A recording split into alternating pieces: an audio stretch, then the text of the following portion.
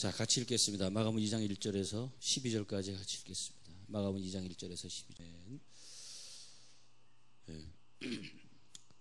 로스앤젤레스 할리우드 거리에 가면은 이렇게 명예의 전당이라고 이렇게 바닥에다가, 대리석 바닥에다가 돌에 별을 갖다 이렇게 새겨가지고 거기에 사람 이름들을 새겨놓는데, 한국 사람으로서는 몇 사람, 아주 적은 소수지만 새겨져 있습니다. 그래서 많은 사람들이 그 할리우드 거리를 지날 때마다 우리 한국 사람들의 이름을 보게 되는데, 예를 들어서 골프의 여왕 박세리의 이름이 거기에 기록되어 있고, 한국을 빛낸 사람들의 이름들이 기록되어 있겠습니다. 김광수 교수라고 있는데 포항공과대학에서 전 세계 분자 과학 분야에서는 최고입니다. 그래서 그분의 이름이 그 명예의 전당에 또 기록되어 있겠습니다. 여러분들도 그 이름이 기록되기를 바랍니다. 성경에 보면은 그 어떤 사람들에 대한 얘기가 이렇게 기록되어 있는데, 이렇게 기록된 사람들을 보면은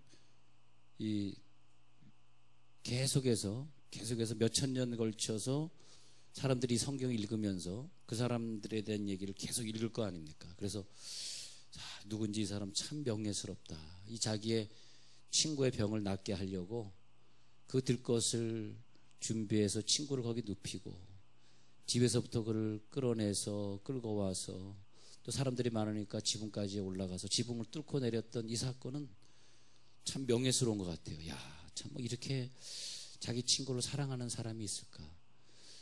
우리가 요즘에 이제는 문화가 발달하고 개인주의적인 생각이 발달하다 보니까 이 개개인이 서로 밀착해서 살고 개개인을 정말 그 영혼을 사랑하고 하는 게 많이 좀 식어지는 게 아닌가, 그런 회개를 한번 해봤습니다. 저 스스로. 우리가 영혼과 영혼이 더 가까워져야 되는데 너무 멀리 있는 건 아닌가. 한 교회 다니면서도 저 사람의 이름을 내가 기억은 하고 있는가. 근데 이 네 사람에 대한 얘기는 참 명예스러운 얘기입니다. 이 사람들에 대한 얘기가 이렇게 기록이 되었습니다. 참 명예스럽다. 그렇잖아요.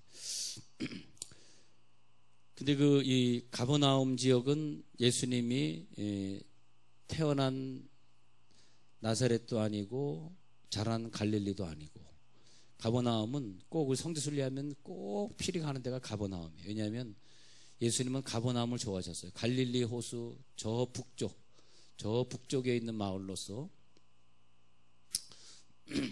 본부를 거기에 두고 사역하기는 좀 불편한 것 같아요. 너무 북쪽이에요. 북쪽 꼭대기예요. 뭐 우리 한국 지도로 하면 저 북쪽에 무슨 도시가 있죠? 신우지 말고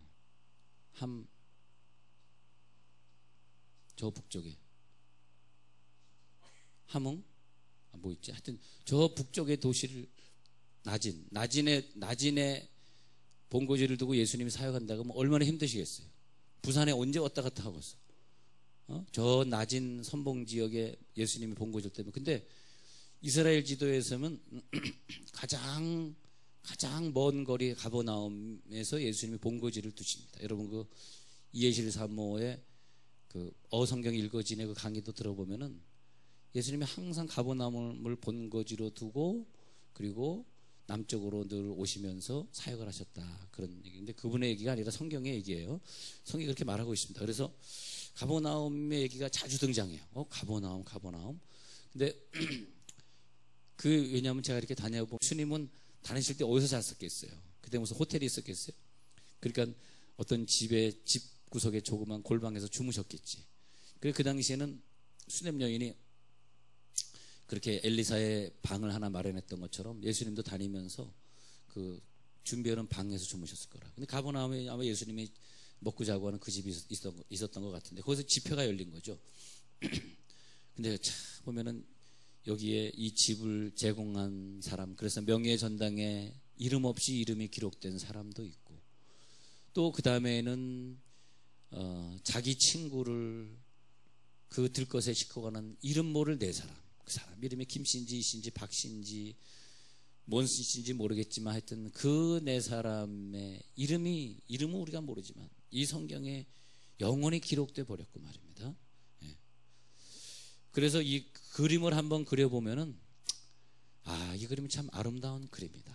어떻게 이렇게 자기 친구의 병을 고치려고 예수님에게 데려가려고 이렇게 힘든 여정을 떠났는가. 그리고 너무나 많은 사람들이 운 집에 있어서 뚫고 들어갈 수 없어서 많은 사람이 모여서 문 앞까지도 들어설 자리가 없게 되었는데 나는 그렇게 봐요. 영혼을 사랑하는 마음, 그 영혼에 관한 열정, 영혼에 관한 열정. 그 요한웨슬레는 태어날 때 힘들게 태어났다가 다 죽게 된 아이, 얘는 죽을 거라고 생각했다가 살아난 아이라 그래서 기적의 아이라 그래서 자기 생애를 기적으로 바쳐서 영국과 전 세계를 다니면서 말 타고 다니면서 막 복음을 전하고 그리고 수백 권의 책을 쓰고 감리교 교리를 만들고 대단한 역사를 남기고 죽었습니다. 그래서 그 사람을 감리교에서는 요한웨슬레 탄생 500주년 저번에 했죠. 명예전당에 이름 올린 사람. 찰스 스펄전이라고 하는 사람은 그렇게 예수를 안 믿었는데 그 엄마가 너 예수 좀 믿어라, 예수 좀 믿어라. 근데 그날 갑자기 눈이 너무나 많이 왔어요. 눈이 너무나 와서 눈 왔으니까 나 오늘 너무나 그 교회가 거리가 멀어서 못 가니까 이 집 앞 가까운 교회 조그만 초가지붕인 조그만 개척교회인데 여기라도 나가자 하니까 어머니 모시고 눈이 너무나 수북이 쌓여서 이 찰스 스펄전은 어머니를 모시고 그 바로 집 앞에 있는 교회를 갔는데 몇 사람 안 모였습니다. 아마 그 멀리 가는 교인들이 주일 아침에 이렇게 모였던 것 같아요. 몇 사람. 근데 그날 멀리서 오는 목사님이 눈 때문에 오지를 못했어요. 그래서 목사님이 설교를 못했는데 회중에서 누가 나와 설교하라니까 구두수송공이 나와서 설교를 했는데 이사야 45장 22절에 땅끝의 모든 백성아 나를 앙망하라 그리하면 구원을 얻으리라. 이사야 45장 22절에 땅끝의 모든 백성아 나를 앙망하라 그리하면 구원을 얻으리라. 이런 얘기를 딱 하는데 이 설교를 듣는 순간에 이 찰스 스펄전의 마음이 갑자기 불이 붙기 시작하는 거예요. 와, 세상에 내가 왜 지금까지 이렇게 살았는가. 그리고 그날 이후로 이 찰스 스펄전이라고 하는 청년이 회개합니다. 그리고 자기의 모든 걸 다 접어두고 그리고 주의 일을 위해서 새로운 여정을 떠나게 되었어요. 그래서 그는 오직 남은 인생을 전도자로서 인생을 살았습니다. 남의 영혼을 사랑하는 마음으로 그는 신학자가 되었고 그는 책을 저술했고 그는 교리를 세웠고 그는 많은 사람들 변화시키는 수만 번의 설교를 했고 자, 여기 다시 그림을 또 와서 봅니다. 그림을 와서 보니까 좋은 그림도 이렇게 있는데 친구를 싣고 가는 그 아름다운 그림이 있는가 하면은 좀 이 그림에 좀 못난 그림도 있어요. 그건 뭐냐 하니까 그 열심히 모여드는 무리가 있는가 하면은 이 좀 방해하는 무리가 있어요. 5절에 한번 가서 보세요. 여기 보니까 서기관 보겠습니다. 6절. 어떤 서기관들이 거기 앉아서 마음에 생각하기를 이 사람이 어찌 이렇게 말하는가. 신성모독이로다. 오직 하나님 한 분 외에는 누가 능히 죄를 사하겠느냐. 어떤 서기관들이 거기 앉아서 마음에 생각하기를 이 사람이 어찌 이렇게 말하는가. 신성모독이로다. 오직 하나님. 이 사람들은 이 아름다운 그림에 좀 안 좋은 얼룩을 지게 했어요. 이 서기관이라는 사람은 지금 그 불쌍한 사람 평생 중풍병자로서 고생하던 그 사람의 죄를 사해 주시고 있는 그 그림이 그려지려고 하는데 그 사람의 죄가 회개되고 병이 고쳐지는 것에 아랑곳하지 않고 여러분 이게 참 중요한 것 같아요. 어떤 그 복음 사역이 이루어져 가고 있고 영혼 구원에 대한 일들이 가고 있는데 그래서 보면은 이 멋진 그림에 참 아름다운 그림이 있는가 하면 이렇게 남이 지금 죄 사함 받고 남이 지금 병 고침을 받는데 그것에 관계없이 괜히 기분 나빠하는 예, 그런 사람들. 그래서 제가 이런 감정은 어디서 느껴 왔냐 하면, 목사 되기 전에 여러분, 한 형제 자매, 지금 이 중풍병자가 내 형제라고 생각해봐요. 내 형제가 지금 중풍병자가 낳는 상황인데, 나아지고 있는 상황인데, 누가 감히 얘한테 죄사함 받았다고 얘기하고 있어? 이거 따지게 됐냐는 거죠. 그래서 우리가 서로 형제 자매들끼리 밀착하고 정말 그 영혼이 잘 되길 바라는 마음, 순수하게 영혼을 항상 그렇게 생각해 보세요. 내가 저 영혼에게 뭐라고 얘기하고 싶은데 그 영혼이 내 딸이야, 내 형제야, 내 누이야, 내 자매야. 어? 근데 뭘 얘기하고 싶겠어요? 거기 뭘 잔소리하고 싶겠어? 그렇잖아. 지금 은혜 받겠다는 사람을 앞에 두고, 아니 그 사람이 뭐 은혜 받겠다는 삶이 아니라면 얘기할 수 있지만, 그렇잖아요. 그 각도로 이렇게 바꿔보면은 저는 알겠더라고요. 저분이 진짜 영혼을 사랑하는구나. 진짜 영혼을 사랑하는구나. 내 자식의 영혼을 진짜 사랑하는구나. 내 자식의 영혼을 사랑하기 때문에 저렇게 잔소리 하는구나. 그죠? 내 자식의 영혼을 진짜 사랑하기 때문에 잔소리하고 싶은 데서도 끝까지 참고 안 하시는구나. 왜? 내 자식의 영혼을 사랑하니까. 이게 생겨야 돼, 이게. 할렐루야. 그 영혼에 대한 사랑, 그것은 얼마든지 들것에 매서 지붕 위로 올라갈 수 있습니다. 누가 죄사함 받았다 그러냐? 참남하도다, 신성모독이로다, 오직 하나님 한 분 외에는 누가 죄를 사하겠다 하느냐? 그렇게 말하고 있습니다. 근데 여기에서 죄사함 받았느니라, 누가 이 사람을 죄 사해 줄 수 있을까? 이거 한번 보자고요. 죄 사함 받았느니라 했을 때, 너 죄 사함 받았느니라, 어떤 사람의 죄를 사해 줄 수 있어? 내 자녀의 죄를 사해 줄 수 있어? 누가 감히? 예수님이, 즉 영혼을 사랑하는 사람만이.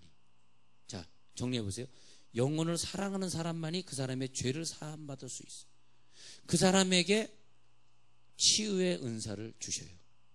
이게 정리가 돼야 돼요. 죄사함에 그 영혼을 사랑해서 그 영혼의 죄를 사해 줄 수 있는 사람만이 치유 은사가 필요합니다.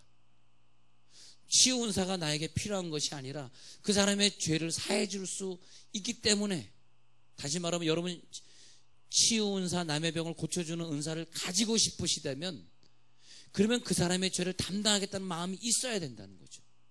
그 사람의 죄를 내가 담당하겠다는 마음이 있어요. 그 사람은 영혼을 사랑해가지고 그 영혼을 사랑함으로 그 영혼을 한 영혼을 끝까지 사랑해서 그 집안의 문을 두드리고, 이번 주일에 교회 갔다 오셨어요? 뭐 대전에 무슨 교회 나가신다고 말 들었는데 갔다 오셨어요? 아니 못 가셨어요? 어디 가셨어요? 그 영혼을 사랑해가지고 정말 그 영혼. 근데 우리가 예수 믿으면서 구원의 확신은 있으나 그런 영혼에 대한 사랑이 없는 사람들이 너무너무 많은 거야. 정말 내가 그 영혼을 사랑하는 마음으로 내가 살고 있는가? 영혼을 사랑해서 그 영혼을 내가 쫓아다니고 있는가?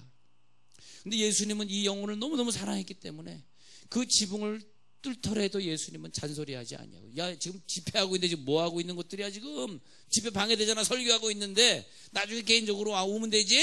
나중에 개인적으로 와서 기도받으면 되지. 뭐 하고 있는 거야? 그러지 않았다는 거죠. 오직 영혼에 대한 사랑이기 때문에, 이 한 영혼이 병이 낫기를 원하기 때문에. 그래서 죄 사함의 권세는 오직 주님만이 가지고 있었다는 거죠. 할렐루야. 오직 주님만이 죄 사함의 권세를 가지고 있었어요. 이 죄 사함의 권세를 사용할 수 있는 그 사랑 때문에, 그 죄 사함의 권세를 사용할 수 있는 그 사랑 때문에 그는 치유 은사를 가질 수 있는 권세가 있다. 네. 잘 정리해야 됩니다. 그 영혼을 사랑하는 그 마음 때문에 죄사함의 권세를 사용하신 것이고, 그 죄사함의 권세를 사용하시는 그 사랑 때문에, 여러분 그 사람이 죄짓고 삽니다. 그 사람이 힘듭니다. 그 사람이 어렵습니다. 그 죄는 누군가 같이 짊어져야 돼요. 그 친구들이 같이 그 죄 짓는 무게만큼이나 그 형제들이 같이 짊어져 줘야 됩니다. 그래서 무거운 거죠. 들 것이 무거운 거죠. 전도의 열정을 가지고 있는 사람만이 그것을 짊어지는 거죠. 또 찾아가고, 또 화분 들고 찾아가고, 또 먹을 것 들고 찾아가죠. 그 짐이 무겁습니다. 너무너무 무겁습니다. 그 사람의 죄값이 많은 것만큼, 그 사람이 너무 오랫동안 예수를 안 믿는 것만큼 짐은 더 무겁습니다. 더 힘듭니다. 그래서 들 것은 더 힘들게 느껴지는 거예요. 너무 오랫동안 병을 앓았기 때문에 그 들 것은 가볍지 않았습니다. 너무 무거웠습니다.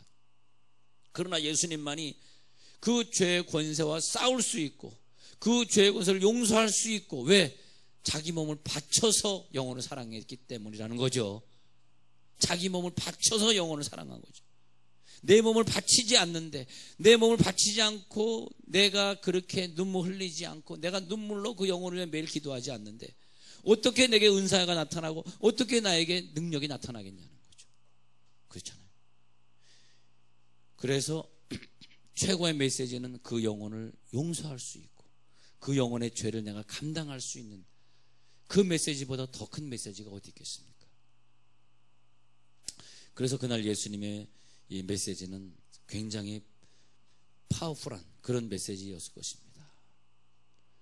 꼼짝 못하고 움직일 수 없었던 친구, 그 사람을 그렇게 사랑했던 이름 없는 네 사람의 믿음, 그 친구들이 이 한 친구의 죄를 담당할 수 있었기에, 그래서 유명한 말 나옵니다. 마가복음 2장 2절, 마가복음 2장 2절,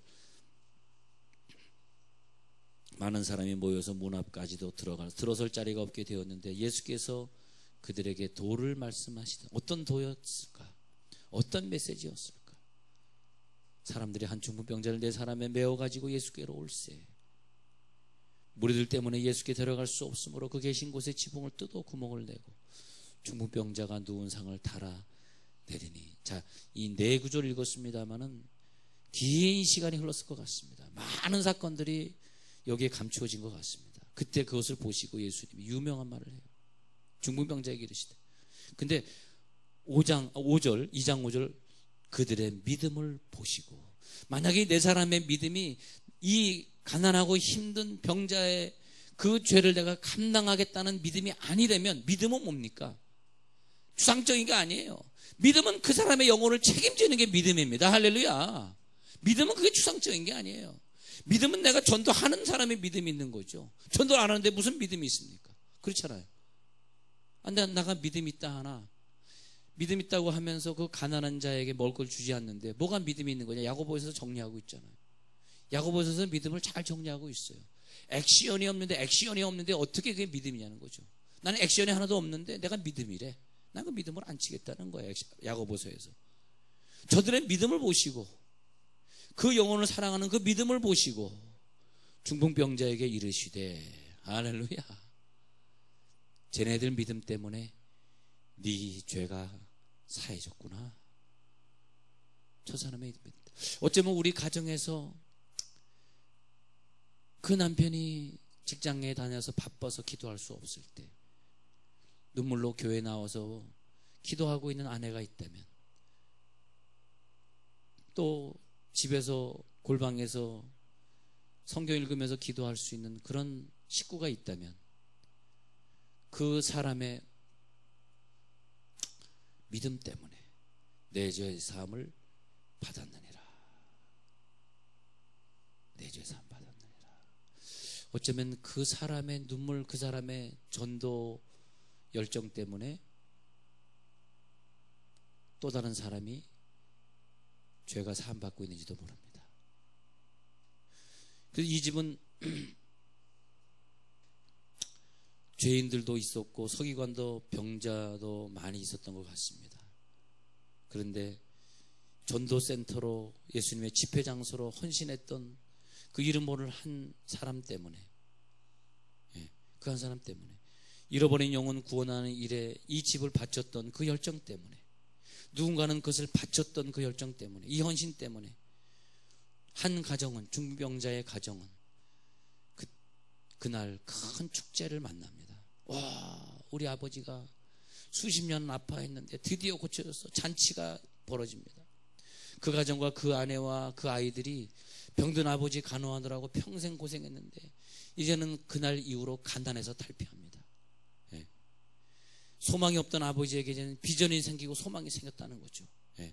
그래서 이 집이 큰 잔치를 만나는데, 가버나움에 가면요, 여러분 성지순례 가면 꼭 가버나움을 방문하시게 되는데, 이 예수님이 실적으로 그 장소인지는 모르겠어요. 2000년 전 얘기니까.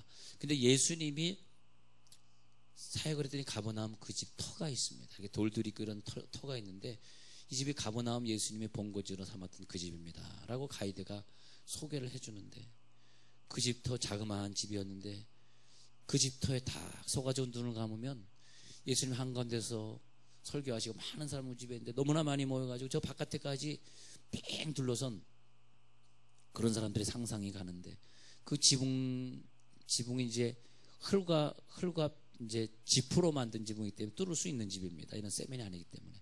그 지붕을, 흙을 뚫고 내려오는 그 사람들의 모습이 상상이 가는데 눈물이 나요. 그 영혼에 대한 사랑. 예수님은 그 영혼을 사랑해서 여기에서 그렇게 그 한 영혼을 구원하시려고 설교를 하고 있었는데, 그 4명의 사람들이 자기랑 무슨 이해관계가 있다고 그 한 친구를 들것에 메어가지고 좀 비켜주세요 했던 게 상상이 가. 비켜주세요 그러는 거야. 절대 못 비켜주겠대. 내 죄가 사함받아야 되고 내 병이 고쳐져야 되는데 네 죄 네 병은 네가 알아서 해. 나는 절대 자리를 비켜줄 수 없어. 막 이리 뚫고 들어가 저리 뚫고 들어가 안 되는 거야. 결국 그래가지고 계단을 걸어서 올라가가지고 결국은 그 지붕 위로 올라갔는데, 그 상상이 가고 그 그림이 그려지는 거예요. 동영상으로 보이는 거예요. 근데 올라가긴 올라갔는데 이걸 어떻게 이 지붕을 뚫느냐 고민이 많은 거예요. 지붕을 뚫다 보면 흙이 막 땅으로 떨어질 것이고 사람들이 막 난리가 날 텐데 어떻게 이것이 가능하겠느냐 말이에요. 야, 그런데 거기에서 그 그림이 보여지는데, 예수님이 그 집회가 다 엉망진창에 되었을 때 예수님이 보니까 그 들것이 내려오는 것을 보면서, 들것이 쫙 내려오는 거예요. 내려오는 것을 보면서 예수님이 뭘 봤을까?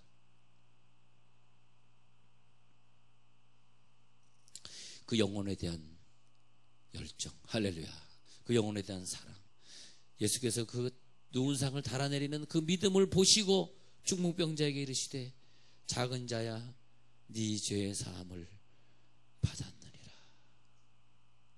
확실합니다. 확실해. 저들의 믿음을 보시고, 나 여러분들의 믿음을 보고, 여러분들의 교인이, 여러분 목장원이, 여러분 식구가 여러분들의 믿음 때문에 죄 사함 받고, 여러분 믿음 때문에 사업이 잘 되고, 할렐루야. 저들의 믿음을 보시고 저들의 자녀 일이 잘 되고, 여러분들이 매일 저들의 자녀 이름을 붙들고 기도해 주기 때문에 잘못될 자녀가 하나도 없고 말이에요. 그랬으면 좋겠습니다. 야, 인생이라고 하는 게 얼마나 빨리빨리 지나갑니까? 그래서 저의 믿음을 보시고, 저들의 지위를 보시고, 저들의 소유를 보시고, 아닙니다. 저들의 공부한 걸 보시고, 저들의 돈을 보시고, 그것이 아니라 저들의 믿음을 보시고, 믿음만이 살 길입니다. 믿음이면 됩니다. 믿음에 서서 가시기 바랍니다. 이대 사람의 믿음은 어떤 장애물도 자기에겐 장애물이 되지 않았습니다. 어떤 어려움도 맞서 싸웠습니다. 사람들이 거리에서 비웃었을 것이에요. 너희들은 뭐 하는 거야 지금? 이 환자를 데리고 어디를 뚫고 나가려고 그래? 돌아가는 걸 보면서 어디로 가는 거야 지금? 들어갈 공간도 없는데. 지붕으로 올라가는 것을 보고 미쳤구나. 지붕에 왜 가는 거야? 어떻게 하겠다는 거야? 가지마. 지붕에 갈 수 없어. 지붕에 가서 어떻게 하려고 그래? 막아내는 무리들, 조소하는 무리들. 그래가지고 되겠어? 니네들이 뭘 한다 그래? 지붕 철거할 때 아이고야 웃기네. 지붕을 왜 철거하고 있어? 에? 내리고 밧줄을 타고 내릴 때 별걸 다 하고 있는데 지금 웬일이야? 항상 우리 주변에는 주의 일을 할 때는 이상한 눈으로 나를 바라보는 시선이 있습니다. 내 삶은 주의 역사가 되고, 그때 가서 하나님은 일하기 시작하시네. 할렐루야. 오직 내 시선이 옆에서 나를 조소하고 그렇게 사냐고 하는 거기에 끌리지 마시고 오직 예수님만 바라보실지어다. 오직 시선이 예수님만 바라봤어. 이 사람 오직 시선이 예수님만 바라보고 내려오는 거야. 할 수 있어. 할 수 있어. 예수님 분명히 감동받으실 거야. 우리가 이 일을 해야 돼. 많은 조건들이 필요합니다. 예. 그러나 그것보다는 여러분들의 믿음을 보시고, 엄마의 믿음을 보시고, 그 자녀를 축복하시고, 항상 그 축복 받는 사람 입장에 서지 마시고 저들의 믿음을 보시고 입장에 서십시오. 나의 믿음을 보고 저 사람이 잘 돼야지, 저 사람 믿음 때문에 내가 잘 되는 걸 기대하지 마시고, 하나님 내 믿음으로 저 사람이 잘 되게 하옵소서. 병이 나아서 그 침상을 들고 걸어가는 것을 저 친구들은 밖에서 기다리고 있었을 것입니다. 그 친구의 기쁨은 뭘까요? 내 죄사함을 받았느니라. 그 친구의 기쁨은 저 친구가 죄사함을 받았대. 그 친구의 기쁨은 뭐냐 하니까 죄사함을 받은 기쁨이에요. 예수님이 요한복음 4장 32절에서 야, 내가 먹을 양식이 따로 있어. 너희들은 밥 먹어. 나는 안 먹어도 돼. 예수님의 기쁨은 먹을 것을 사러 시장에 내려간 제자들과 다른 기쁨인데, 예수님의 기쁨은 어느 기쁨이냐? 영혼을 얻었을 때 기쁨이더라 이것입니다. 할렐루야. 영혼을 얻었을 때 있는, 그게 뭐냐? 전도자의 기쁨이에요. 영혼에 관한 기쁨이 최고의 기쁨입니다. 여러분, 돈의 기쁨도 있고, 직장의 승진의 기쁨도 있고, 아이들이 공부 잘할 때 기쁨도 있고, 우리가 성적이 오를 때도 기쁨이 있고, 다 기쁨이 있지만, 그러나 그 기쁨은 오래가지 않지만요, 천국에서 영원히 빛나리라. 영원히 빛나는 기쁨. 그 기쁨은 뭐냐니까 영원한 기쁨. 저의 죄를 사해 줄 때, 저들의 영혼을 찾아서 그 영혼을 구원할 때, 그 영혼이 교회 나오게 될 때 죄의 사함을 받았느니라. 이 친구들의 기쁨이 그 기쁨이라는 거죠.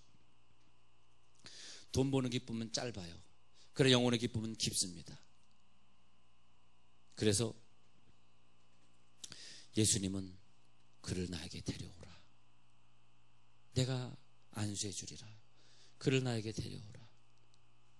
내가 그의 기쁨을 주리라.